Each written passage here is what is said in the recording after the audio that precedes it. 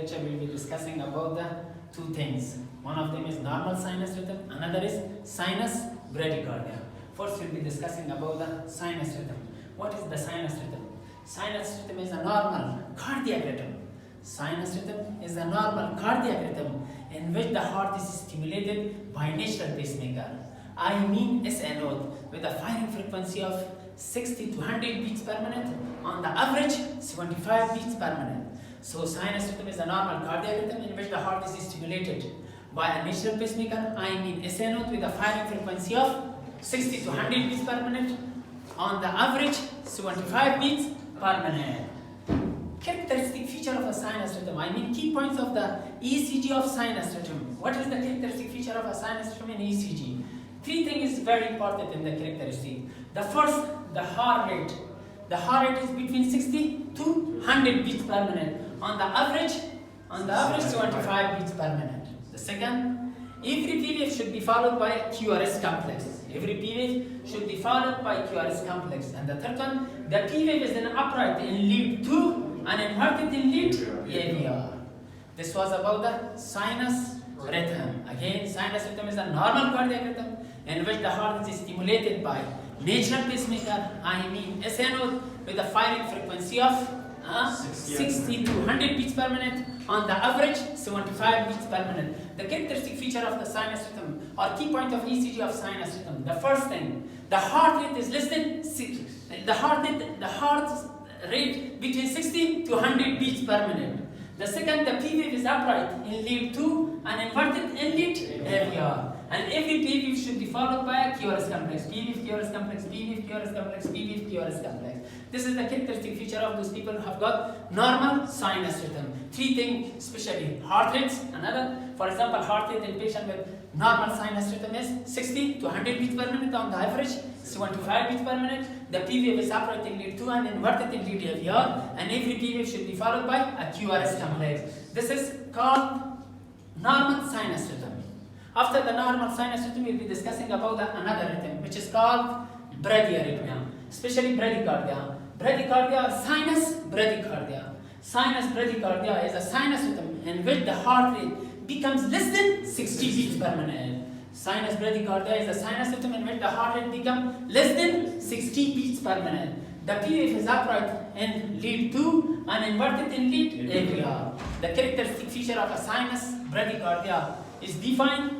Sinus bradycardia is a sinus rhythm in which the heart rate becomes less than 60 beats per minute. And every P wave should be followed by QRS complex. And P wave should be upright in lead 2 and inverted in lead AVR. For example, this is the key point. For example, there are 1, 2, 3, 4, 5, 6. We have got 6 boxes, large boxes, or 6 large boxes. Right now, these 6 boxes should be divided by 300. It becomes, the result is 50. So the sinus bradycardia is the sinus rhythm in which the heart rate becomes less than 60 beats per minute. This is the first criteria. The second, the P wave is upright in lead 2 and inverted in lead AVR. And every P wave should be followed by QRS complex.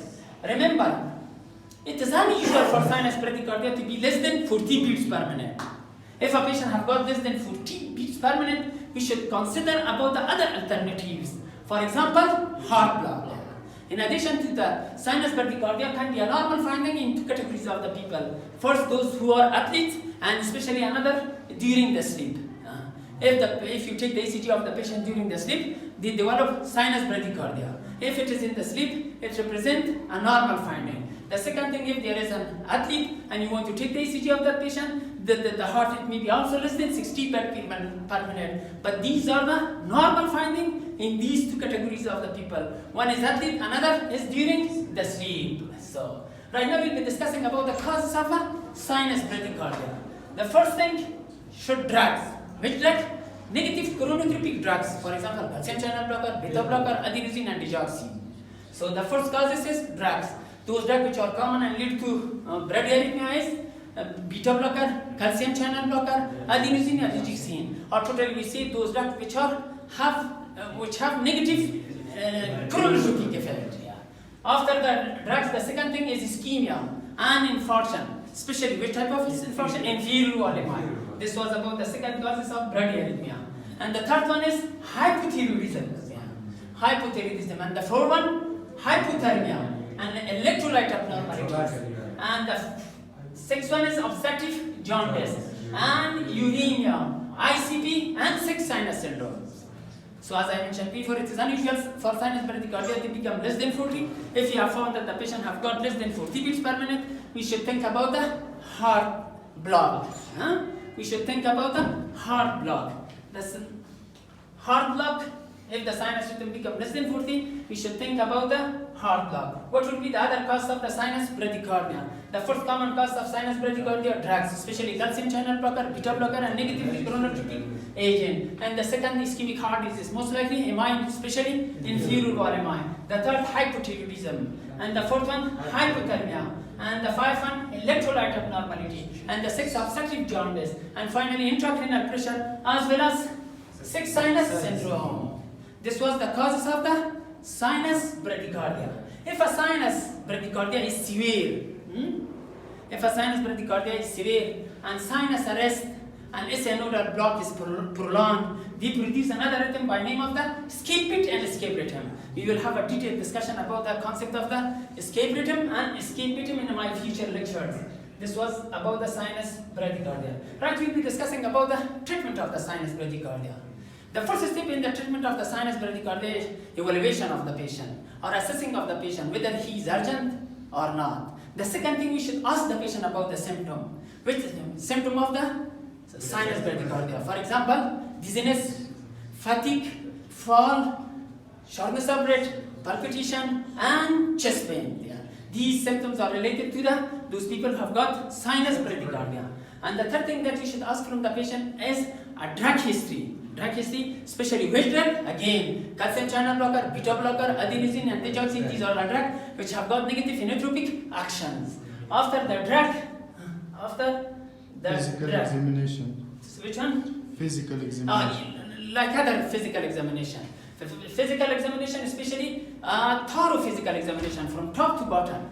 This was especially if you have found in a physical examination hemodynamic change or hemodynamic disturbances. For example, the blood pressure was less than 100, cold clean skin, and dull sensorium is present. This represents hemodynamic disturbances or hemodynamic change. And the third one, further investigation. In case of sinus bradycardia, especially electrolyte abnormality. And the second thing that you should pay attention about the TFT, thyroid function test. If you detect it, we should treat it. And the last one.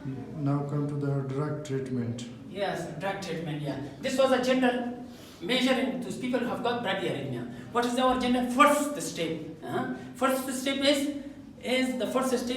evaluation of the patient. If this patient is urgent or non-urgent. The second thing, you ask the patient from those symptoms which represent bradyarrhythmia. For example, dizziness, syncope, fall, fatigue, chest pain, shortness of breath, and palpitation. These symptoms represent bradyarrhythmia. And another one, physical examination. During the physical examination, especially we should ask for drug history. And ECG drug history is very important. Drug history, especially those people who are receiving negatively inotropic drugs, such as beta blocker, calcium channel blocker, and adenosine. And the final, further investigation. In further investigation, we should give for the patient some tests, especially electrolyte abnormalities. And the second one, and TFT, thyroid function test. This was about the evaluation of the patient. Right now, we'll come to the treatment of bradyarrhythmia. How should I treat the bradyarrhythmia? First, you should think about the drugs. Reduce or discontinuation of the drug, or stopping or reduce of the drug. Because some people have got ischemic heart disease. There is a rule when you want to reduce the anti-anginal drug, you should taper and you should not immediately discontinue. So there are two things. It's taper or we should reduce the dose of the drug.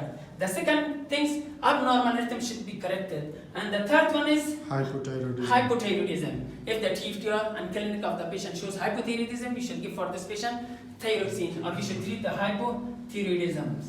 Again, if the patient is urgent and the clinical situation of the patient has worsened and he changed from a stable condition to unstable condition, for example, in urgent situation, first what should we do? For these cases, we should give for the patient atropine. How much the dose of atropine? They have mentioned 200 to 600 mcg.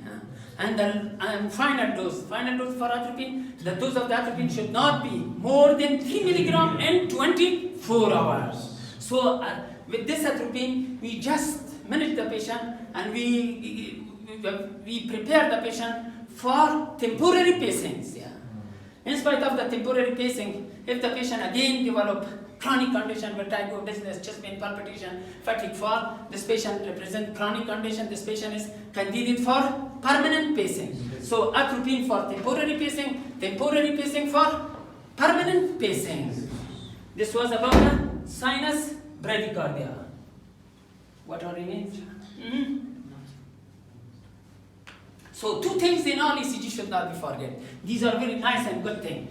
Complete drug history is essential in any patient with abnormal ECG. For example, if you have seen an abnormal ECG, you should ask from the patient about the drug. So drug history in case of the arrhythmia is very important because some of these drugs themselves are arrhythmogenic. So this complete drug history is essential for any patient who have got abnormal ECG. You should take the history of the patient in regarding of the drug. In addition that you ask from the patient if it is stable or not stable. The second thing you should ask about the symptom. We have discussed about the symptom of bradycardia. The third one, which is very important, you should think about the drug history. So and therefore they mention a complete drug history is essential in any patient with abnormal ECG. This was about the drugs. The second thing, bradycardia finally may require pacing if symptomatic. Bradycardia may require pacing if symptomatic. So and therefore, you should seek the advice of cardiologist for administration or for application of the permanent pacemaker.